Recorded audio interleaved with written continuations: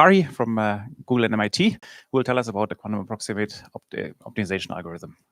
Thanks. Okay. The stage is yours. Well, I have, is the mic on? Can people hear me okay in the back? Okay, hi. Okay, well, I am going to be talking about certain aspects of the quantum approximate optimization algorithm. And I am going to give a quick introduction to it for those of you, because it's 10 years old and some of you were in junior high school when it came out. So I want to help you. And also, and then I'm going to talk about some things we've done over the years. So it's really an assortment of topics, sort of random. But I would like to point out that, you know, my close collaborators over the years have been Jeffrey Goldstone and Sam Gutman. Jeffrey Goldstone is the same guy as Goldstone bosons. If you ever heard of Goldstone bosons, if you're a physicist, same guy. And Sam Gutman, I went to high school with. So that's important. All right. So let's see what we're up to here, okay? So the first thing I want to do is the QAOA is designed to look at combinatorial optimization problems. So I'm just going to review this. I know we know, but I want to get the language down.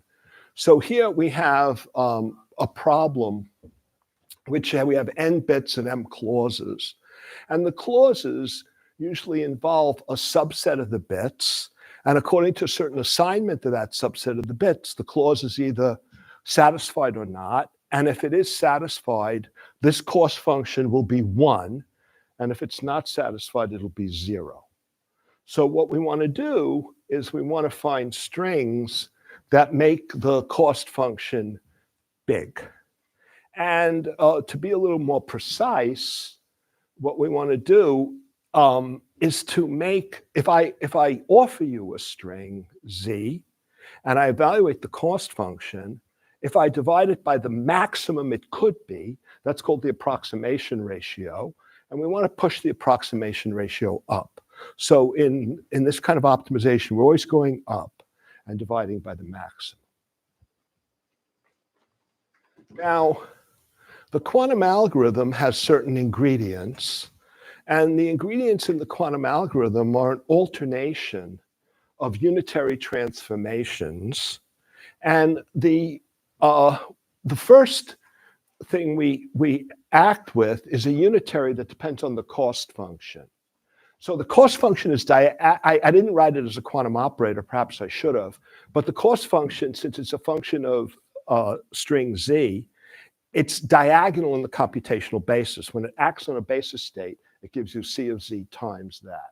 So this operator, e to the minus I gamma c, is the exponential of the cost function. And in this language, you see gamma is really an angle because the cost function is integer valued. So it's an angle. But also note that you can write it as a product over the clauses of e to the minus I gamma c alpha. And that's very helpful if you are trying to implement it. We have another operator called b, which is the sum over the x operators. Xj stands for sigma xj. And then u of b beta is e to the minus I beta b, same notation.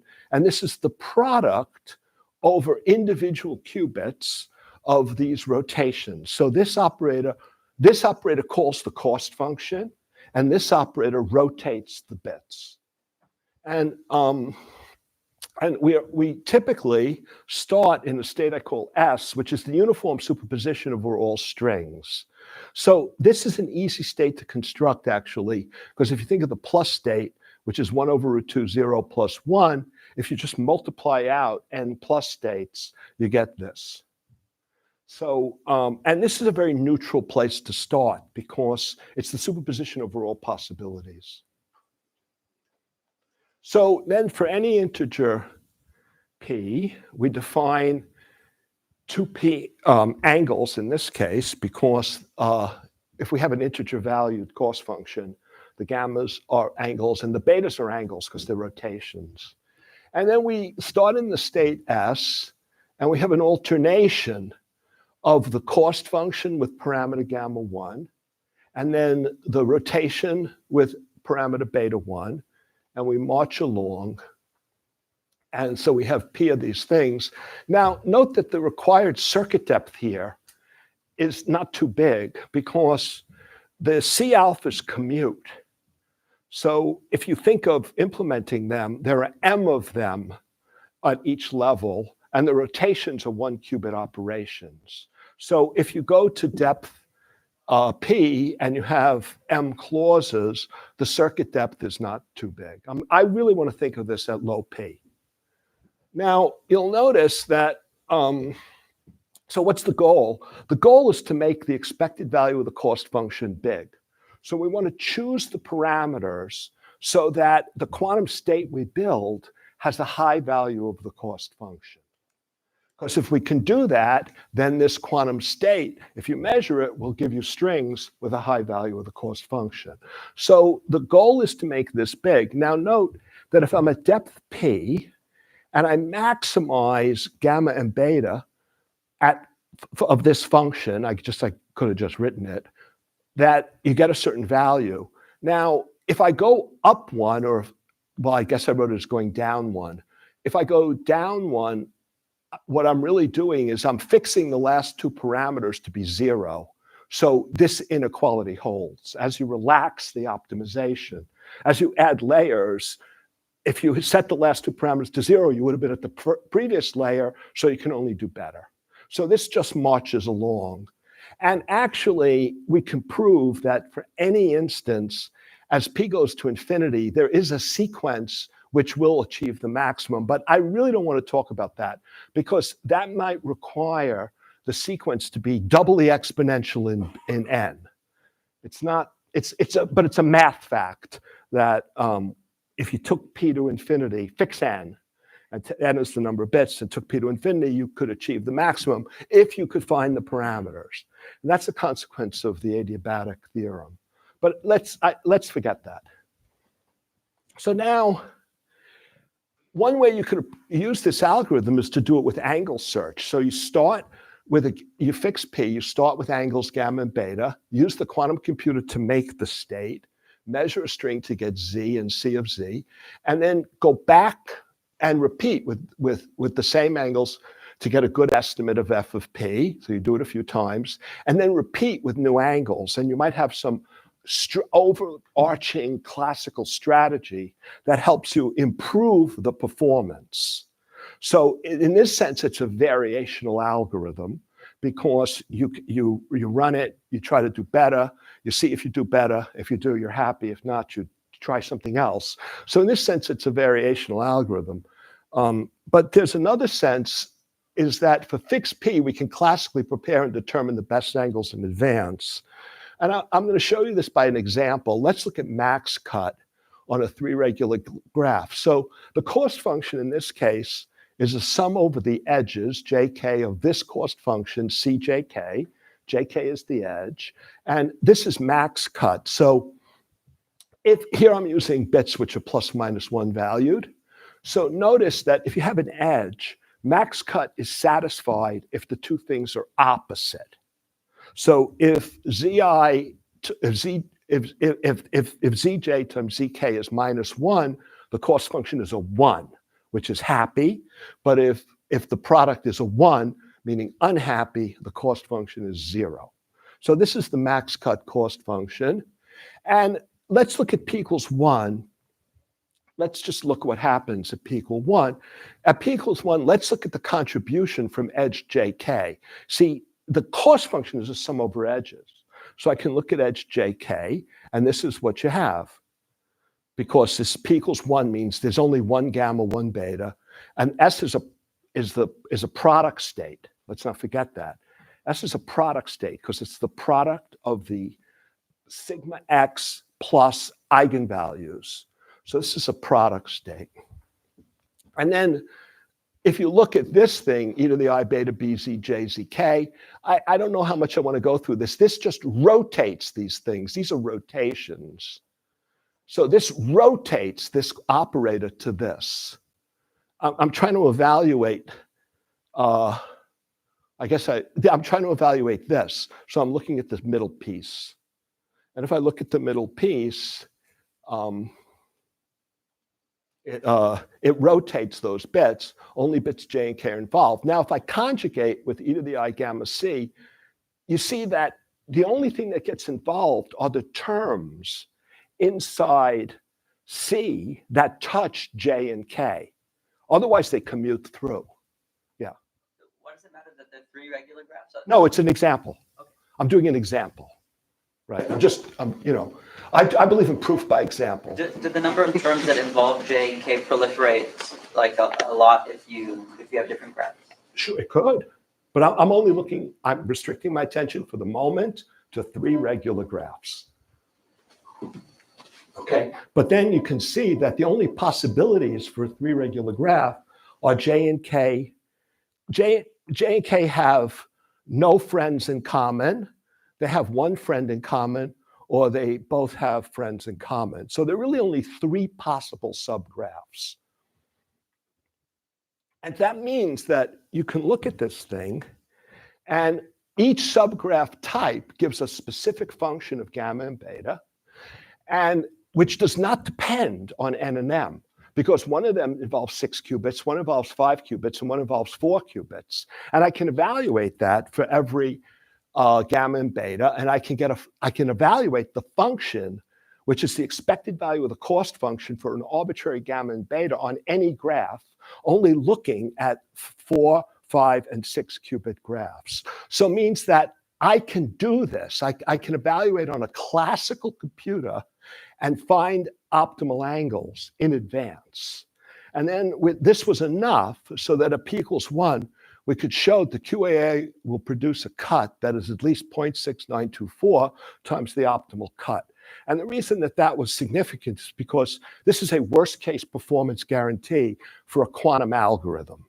And that's very rare on optimization problems, that you have worst case performance guarantees. So it gives this, and of course, it's not as good as Gomans-Williamson. If it were, you would have heard about it 10 years ago. You would have been reading about it. But it isn't. But it works for all instances of MaxCut. And then I just want to say one more thing about this. I can tell you how well the QAOA is going to do in advance, but it doesn't produce the string. That information is not enough to tell you the string that does the job. I can in advance tell you the performance, but you need to run the algorithm to get the string. I think that's kind of a charming thing, because you might think that if you can evaluate the performance, you could use that to get the string, but no one knows how to do that. So now I want to talk about a different problem. I'm just giving you a little introduction. It's called E3-Lin2. So this is a different combinatorial optimization problem where you have n variables, m equations, each with 3 variables. So now my bits are 0, 1 valued. So the way you specify this is I give you a list of triples, and I tell you, bits 1, 12, and 99 have to add up to mod 2 to either 1 or 0. So I specify the triple, and I specify whether they add to 1 or 0. Okay? And this problem, it's a really cute problem, because if I ask you, is there a satisfying assignment, you can answer that by doing linear algebra. But if I ask you if it's not satisfiable, there are many more equations than there are variables, then the problem we're interested in is called max 3x, E3-Lin2. A lot of people just call this 3x OR SAT, but it's the same thing, just written as equations, as opposed to products. But this is the same exact thing as 3x OR. All right, so the task is to find a string that maximizes the number of satisfied equations, and it's NP hard to find the optimal solution, okay, for this problem. Any question? Okay, so what am I doing? Okay, so let me give you a good algorithm with a provable guarantee. It's guess a random string. If you guess a random string, you'll satisfy half the equations. But it was shown that if you had an algorithm which in worst case satisfies a half plus epsilon of the equations, that would imply p equals np. So it's a very tough problem because the slightest improvement on a half, if you have worst case, would show P equals NP. So now I'm going to give you a little help. I'm going to tell you that every variable is in no more than D equations. So now I've given you a little information so you might be able to do better. And it turns out in the year 2000, there was an algorithm by Hofstad who showed a half plus constant over D. In other words, he had an algorithm that would produce an approximation ratio or essentially a string which satisfied a half plus a constant over D strings. And then in 2014, we showed that we could do a half plus constant over D to the 3/4. And what happened was Scott blogged about this. And he said it was really nice. And it got the computer scientists all worked up. And they said, we better find a classical algorithm.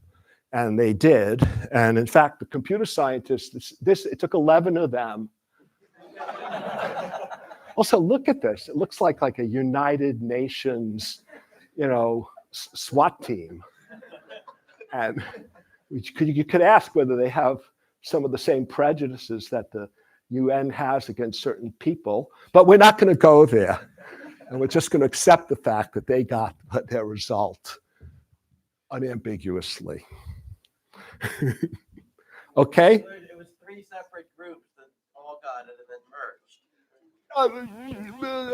Almost. I know more about it. Yeah. All right. But I'll tell you one thing. They only could do it because they didn't know that there were strings that satisfied as big a fraction of as the clauses until we told them that. They kept saying, how do you know how many equations? I said, well, if we have an algorithm that can find that number, they have to exist. And they used that in their algorithm. So we spurred them on. Anyway, it's all good. We're all friends. But I don't even know half of them. Okay, anyway, the ones I know I'm friends with. So let's keep going. So let's keep going and look at this algorithm. For better analysis in worst case, we got a half plus 101 d to the 1/2 log d. But the other thing I want to say is we could also do typical case. And here, typical has a very special meaning. If I give you the list of triples, okay, then I fix the list of triples. They add either to 0 or 1. But if you average or look at typical by randomly picking the 2 to the m possible assignments of 0 and 1, then we get this result, a half plus 1/2 square root of 3 e d to the 1/2. And I think one of the lessons here is that we can analyze the QAOA on typical instances mathematically in advance and get numbers like this. And I don't know whether we can get rid of the log, but I'll just tell you, if there exists an algorithm with a half plus constant over d to the half worst case for a sufficiently large constant, then P equals NP. So, it's a very tough area to be in. Yeah. So the true value is probably half plus something over root d. Is that... You mean on a random instance? Yeah. That's correct. Okay. Yeah, that's correct. So on a random instance, the true value is a half plus a constant over d to the 1/2. So that's correct. Okay, so now I want to look at, so now I want to change the topic. I want to look at the Sherrington Kirkpatrick model. So let me tell you what this is, just in case you don't know. So this is a model where you have n bits, they're plus or minus 1 valued, and there's a cost function. You're on a complete graph. Every bit is connected to every other, but they're connected with couplings, JAB, and the only thing I care about the couplings is that their mean is 0 and their variance is 1. Okay? So this is like the mother of all spin glass problems. It's all-to-all connected. It has a lot of randomness, and it's the penultimate spin glass model. Okay. Now, if you could ask yourself, suppose I find the string that maximizes this cost function. Well, it turns out that if you maximize the cost function, this is extensive, meaning it's proportional to n. Oh, but note I put it 1 over root n in front of it. That's going to matter. This is the cost function that's usually, it has a 1 over root n for reasons that I'll only allude to. But with the 1 over root n, the maximum of this function scales like n. So you want to divide it by n. And then if you take the expected value over j of the maximum divided by n, you can prove that this expected value can be computed. There's a limit, and it's 0.76333, which is what Parisi showed. And he won the Nobel Prize for it 3 years ago for showing this, right? That's the Parisi calculation. And then I should point out that Parisi's methodology was considered very hard to follow. It was considered, it was like voodoo.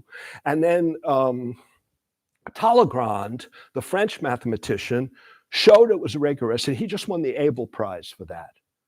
So this is a very storied problem. Now, let's talk about it. What's the stat-mark approach at low temperature to evaluate this? Well, what they do is they want to work at a low temperature and look at I think this is called the partition function or something, the expected value of e to the minus cj of z summing, not the expect, I misspoke, the exponential, I just misspoke, the exponential of e to the minus cj z over t. And then you want to take the log of this and then the average. And that's what makes this hard. If I didn't have the log, the average would be easy. And the whole point of the Parisi thing is to take the expected value after you take the log. And he showed this exists, and it exists as t goes to 0, and he evaluated it. But we're going to avoid all this because we're going to run the QAOA on it. So let's look at the p equals 1 QAOA. The p equals 1 QAOA now is this. E to the minus, we start in the uniform superposition, e to the minus I gamma Cj, e to the minus I beta b, Cj over n. So this is just the expected value. Now I'm going to insert 3 complete sets, Z1, Z2, and Z3.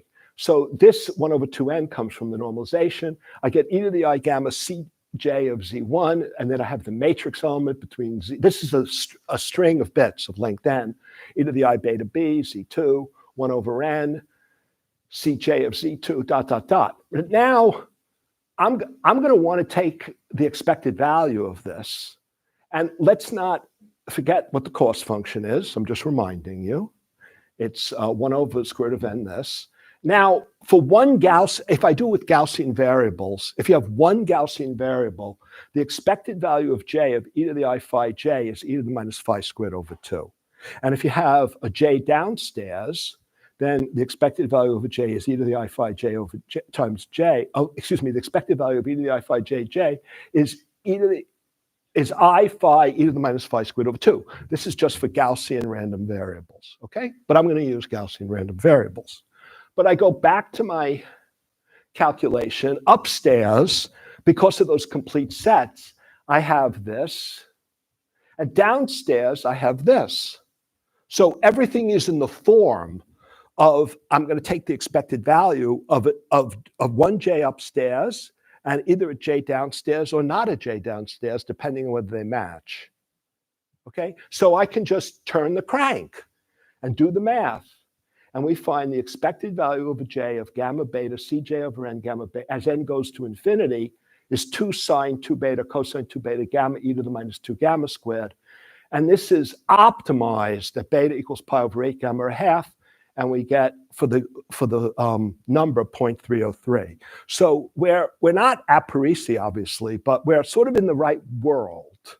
And again, what the accomplishment here is that we managed to average over instances in the infinite size limit. I took the limit, and here's the answer in the limit.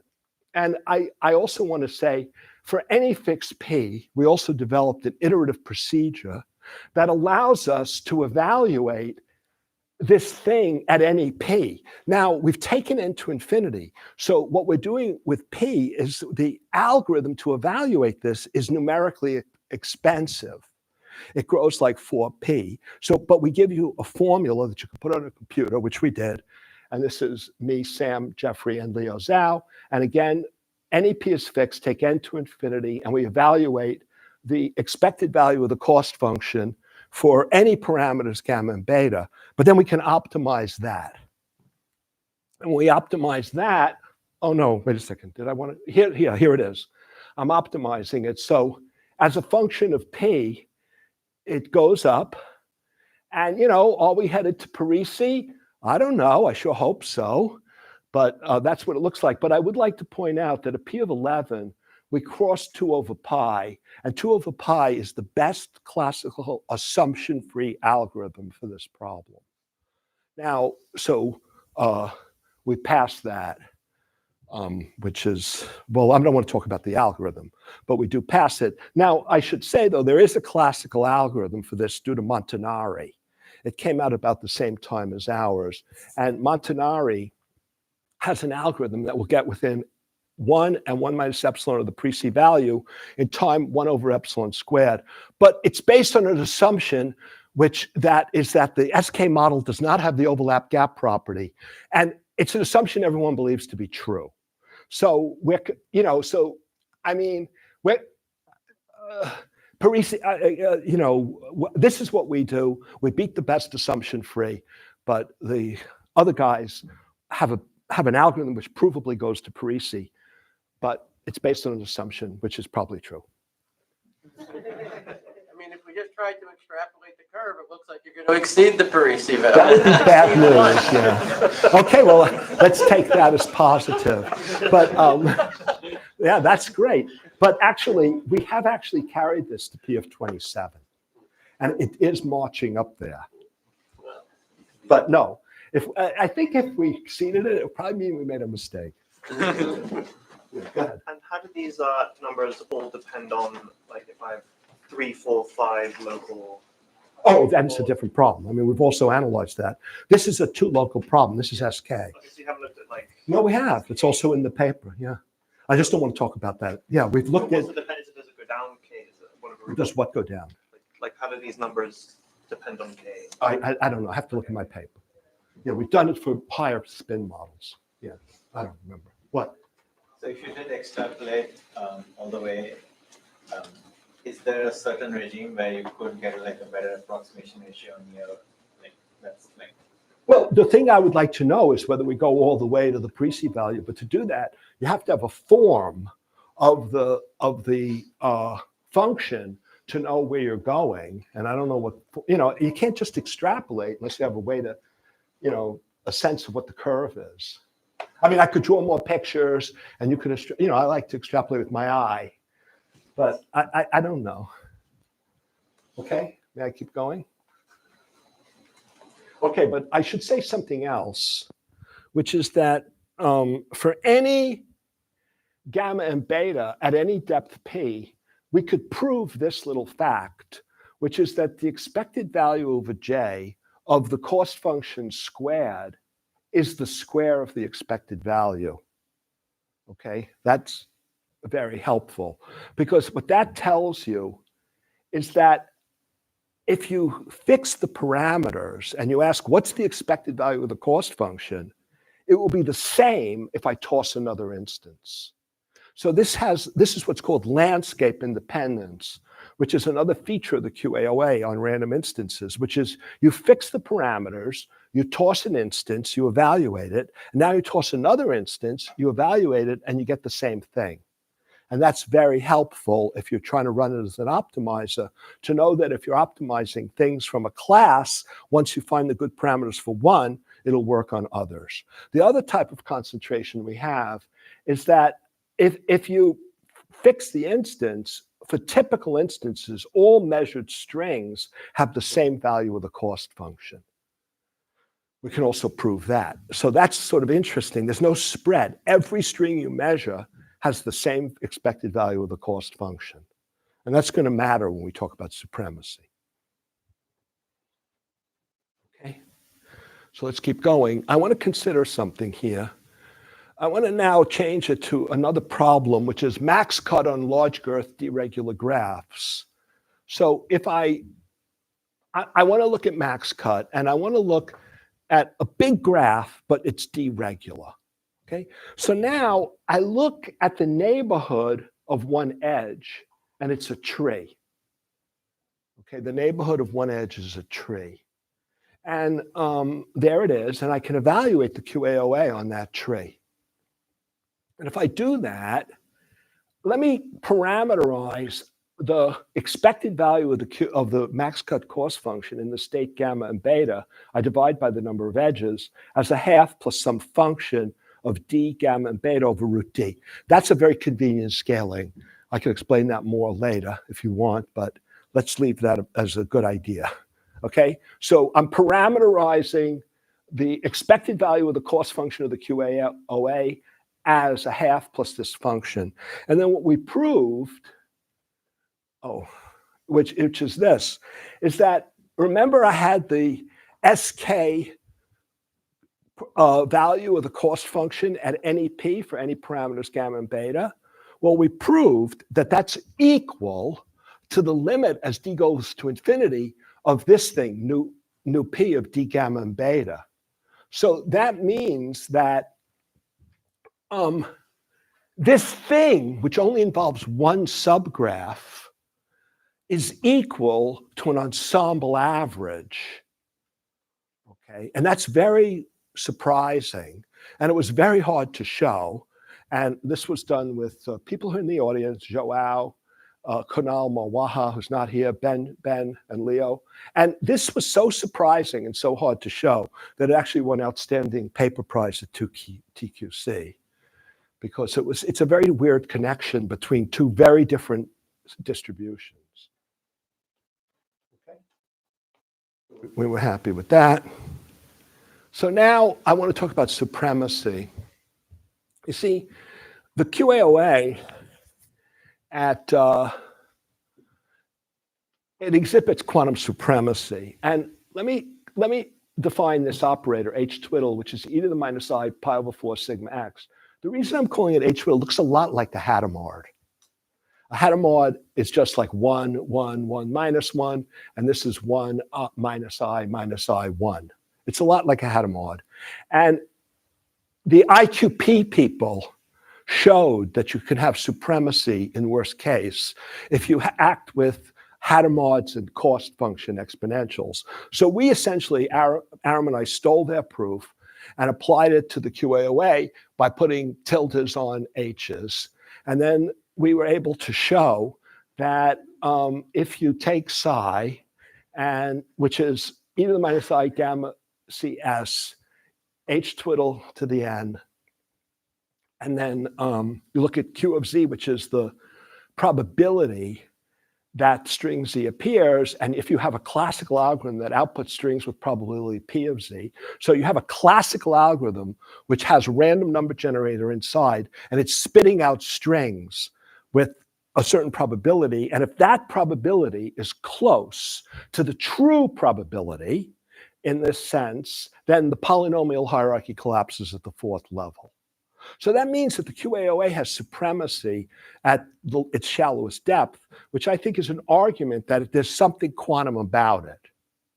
Otherwise, it's hard to see how it would have supremacy. So now you could ask about, that was worst case. So let's talk about typical case. So let's go back to the SK cost function. For average or typical, we're going to use the SK cost function. But I just argued that we have concentration over measurement outcomes. But that's bad, because if all my measurement outcomes concentrate at some value, then I don't have anti-concentration, which is usually what's required to show supremacy on random instances. Okay? Because usually proofs on random instances of supremacy assume that the distribution is quite flat. So if instead the distribution is peaked somewhere, that is to say at those values, those strings which have a certain value, you don't have that. So in that case, let's see, let's see how I can fix that. You see, they had this little pesky 1 over root n, and I have e to the I gamma cj and gammas of order 1. So let me drop the 1 over root n and define a new cost function. Then this new cost function doesn't have the 1 over root n. And now I want e to the I gamma bar c bar of j. Now gamma is of order 1. I mean, here, if I put the 1 over root n here, I could have said gamma is small, but now I'm getting rid of the 1 over root n, and c bar is big and gamma bar is big. And if you look at one term in this, e to the I gamma bar j, let's say 1, 2, z1, z2, if these are Gaussian, this sits on the unit circle, spread out. In other words, if I drop the random points, this spreads out. If gamma was small, they would all just be at I, which is, where the hell is I? Here, okay? They would all be in one place. That's bad for supremacy. So what happens here is that typical case supremacy requires gamma bar of order unity. And here the states look random. They look hard random. The expected value of the cost function is 0. And so the cost function is concentrated at 0. So that's where you have supremacy, but then all your states have energy 0. So it's not good for optimization. So if you want to have optimization, you need gamma bar to be of order 1 over root n. So what this says is this, is that if you pick the parameters so that the cost function is integer valued, or close to integer valued, and you pick your parameters randomly, you're going to get hard random states, and you're going to get supremacy. But if you want optimization, you have to go into the corner where the parameters are very, very tiny. I guess this is another example of what we were talking about this morning, right? Like, if you want to have useful quantum algorithms, they sit in a corner of the parameter space. Okay? So the QAOA, so it can work as an optimizer and have supremacy. Of course, the ultimate supremacy would be if, as an optimizer, it outperformed the best classical algorithm for something people cared about. Okay. So we have another topic. Oh, I want to say one other thing. The QAOA, I have 2 more, but maybe I won't do them both. The QAOA on a bounded degree graph at low depth is a local algorithm. And people in computer science have been studying whether local algorithms, you can prove limitations on their performance due to certain properties. And Anurag, people have shown that there's a thing called the overlap gap property, which I'll talk about in a minute. But if you have a graph which has bounded degree, and if you have a graph which has bounded degree, and your instance has certain properties, you can use general arguments to apply to show that you can limit the power of the algorithmic power is limited. Let me give you so first of all, I have to tell you what does it mean to be a local algorithm. So we have a very precise definition of that, which the QAOA satisfies. So on the instance graph, let's suppose qubit I is at least 2p away from qubit j. So I'm on the instance graph, I look at I, and then I have another guy j, and they're 2p away, okay, on the graph. You just count the number of edges between them, the smallest number of edges. Then, if I look at the QAOA state, I guess it's gamma beta. I don't know why I called it alpha beta. Gamma beta, it acts on the state S, and S is a product state. And UP is the depth PQAOA circuit unitary. Now let me look at the expected value of any operator at I times an operator at J. Well, it turns out this factorizes so that this is the expected value of OI in the quantum state times the expected value of OJ in the quantum state. That means that the measurement outcomes of those at those 2 points are independent. And that's what locality means in a technical sense. And so we prove that about the QAOA. And there's another sense in which we prove it, which is far from an edge. If I have an edge IJ, and I call far those bits at least P away from IJ, and let UP be the QAOA unitary, and I'm going to modify the cost function only on ij. So everything is, I just do everything I was doing before, but I just modify the cost function at ij. Now, if I do that, I get a new unitary, but it turns out that if I conjugate any operator far away by the modified one, I get the same thing as if I didn't modify it. In other words, that says that if I take an edge in the graph and I change it, and I look at the QAOA at bounded depth, and I look at what happens over here, nothing changes. And that's another important sense of locality that we use to actually limit the performance of the QAOA. And here, so what we say is the QAOA needs to see the whole graph. That means that you have to go to sufficient depth so that the neighborhood around an edge is the whole graph. And if you don't, you can prove that things go bad. And in fact, if we use locality and other stuff, they can give upper bounds on performance. For example, if you look at max independent set on a d-regular random graph, each vertex sees roughly d to the p other vertices, and trouble if this is less than n. And we could actually prove that if p is less than constant log n over log d, we is me, Gamarnik, and Gutman. And Gamarnik is the guy who invented or is very crucial in the development of overlap gap. And we teamed up with him. Anyway, we can show that if p is less than constant log n over log d, and we put numbers in, like at 1,000,000 qubits and d of 3, we could prove that the QAOA will fail if the depth is less than 7. Now, that's not too restrictive to say that I can only show failure at depth less than 7 when I have 1,000,000 qubits. And on dense graphs, you can also show failure. This was done by Anurag and Tony. But there again, they can only show failure if p is less than constant times log n. So that means that, you know, if the QAOA doesn't look far, you might be able to show failure. But there's absolutely no indication of failure if p is bigger than constant log n for a big enough constant. I mean, that doesn't mean it won't fail, but it means that the arguments for failure don't exist. Okay, I have one more topic in my conclusion. I'm going to go fast over this. It's sort of entertaining. I'm not going to go through all the details. And that's that the QAOA gets stuck if you starting from a good classical string. This is work I did with Matty Kane, Sam Gutman, Dan Renard, and Eugene. Eugene is here. And the usual QAOA starts in the uniform superposition. But you might say to yourself, that's a stupid place to start. Why don't I run a good classical algorithm and get myself a good string and start from there? So run a classical algorithm and get a good string. And let's call it W1 through Wn. Maybe you run Gomans-Williamson, or you run simulated annealing, or you make a guess, and you get a good string. And then you start to run the QAOA from there. You think that's a good idea. Why not? It's a variational algorithm. It can only improve.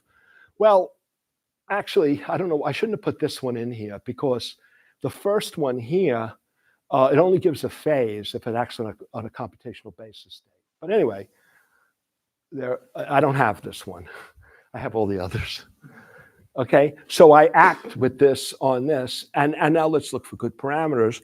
And what we find numerically is that it's a huge failure at low bit number if you do a simulation. You go to your laptop or you go to your fancy computer and you toss a random graph. Like, for example, you can toss a graph, a 16-bit 3-regular graph which has 24 edges. If you have a 16-bit 3-regular graph with 24 edges, the average cut value is 12. So you can say, let me just pick one that's good. I pick 15. And then I go into a computational basis state at 15, and then I tell my computer, turn the crank, find parameters that make it good. You find that at depth 1, 2, 3, 4, 5, no improvement. So And then we have reasons for this, which I'm not going to share because my time is up. But it's sort of interesting to me. I'm not going to give the intuition or the reasons, but the fact that you cannot warm start the QAA from a single computational basis state is very counterintuitive. And it really suggests that there's something very special or very magical about starting in the uniform superposition from which there's always progress. No one has ever done a numerical experiment in which they just kept increasing the depth of the QAOA and it didn't just keep improving. So that's just a fact. I mean, if you start in the uniform superposition, it just gets better and better. But if you start at a good place, it's just sort of fascinating to me that if you start someplace good, you're dead. But if you start in the uniform superposition, you just can keep going. And if you work at any bit number you can analyze on your computer, you'll always end up with a 90% overlap with the best string. Anyway, it's sort of a curiosity, but we have reasons for it. But my time is up, so I'm not going to tell you. So I'd like to summarize by saying the following thing. The QAOA is an easy to implement all-purpose optimizer. Okay? It has worst-case performance guarantees. You can analyze it on random instances, both finite sets of random instances and infinite. So it has, there's a lot of ability to analyze the damn thing because you can get worst case performance guarantees and you can also look at it on average. And it has supremacy in worst case and typical. Performance only improves with numerics. Only improves with depth, as seen in both in theory, because the theory says it can only improve, and the numerics are consistent with that. And so it's possible that at attainable depth on a near-term or scalable fault-tolerant computer, the QAOA will outperform classical algorithms for some task. Now, I don't know if that's true, but I would say you only know if you try. And I know complexity theory is like conjectures. So let me conjecture that if nobody tries to see if the QAOA can improve upon classical algorithms, no one will find an example where that happens. Now, that's my conjecture, but there's an obvious way that could be wrong, and that is that people who try to show it can't work discover it does. Which is the other, that would be the way to nail me, is to say we tried to show it didn't work, but it did. No, wouldn't be the first time, right? So that would be another approach, is to show it doesn't work and then see what happens without too much prejudice in advance about what the answer is. Okay, that's my talk. Thank you.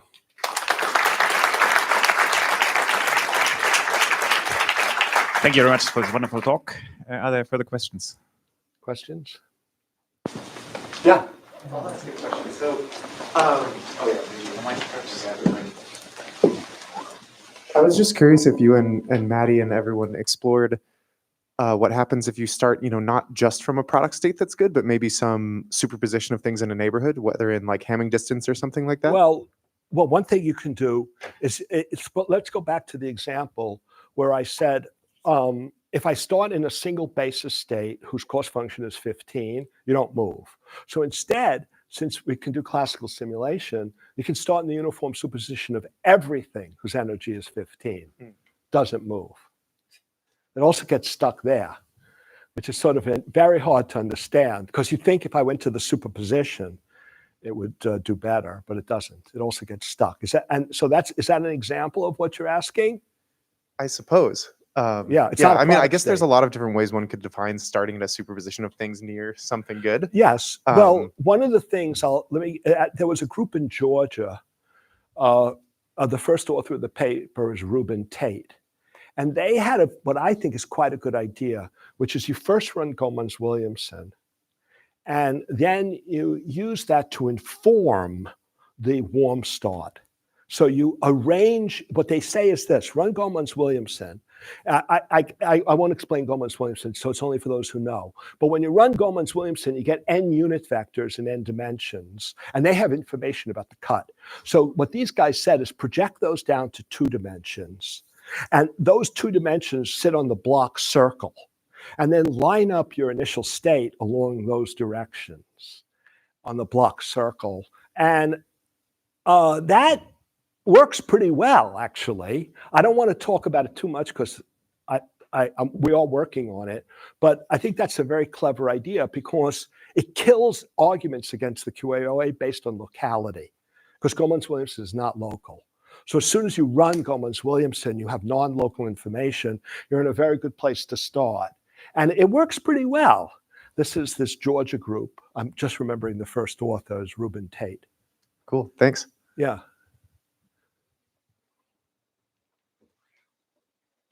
Anything else? Yeah. So why isn't the nth layer of the QAOA a warm start for the n+1 It layer? is. Yes, Okay. you're correct. What he just said is, makes good sense.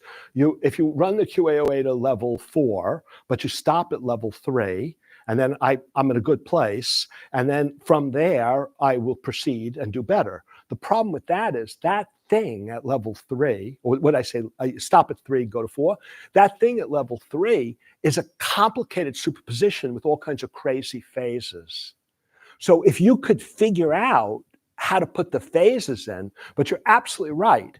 If you stop the QAOA early, you're better than random guessing, but your state is a very complicated phased state. And if you could tell me how to make that in advance, that would be a great way to start. Right, then I think in view of time, let's move on to the next Thank you. speaker, and thanks, Eddie, again.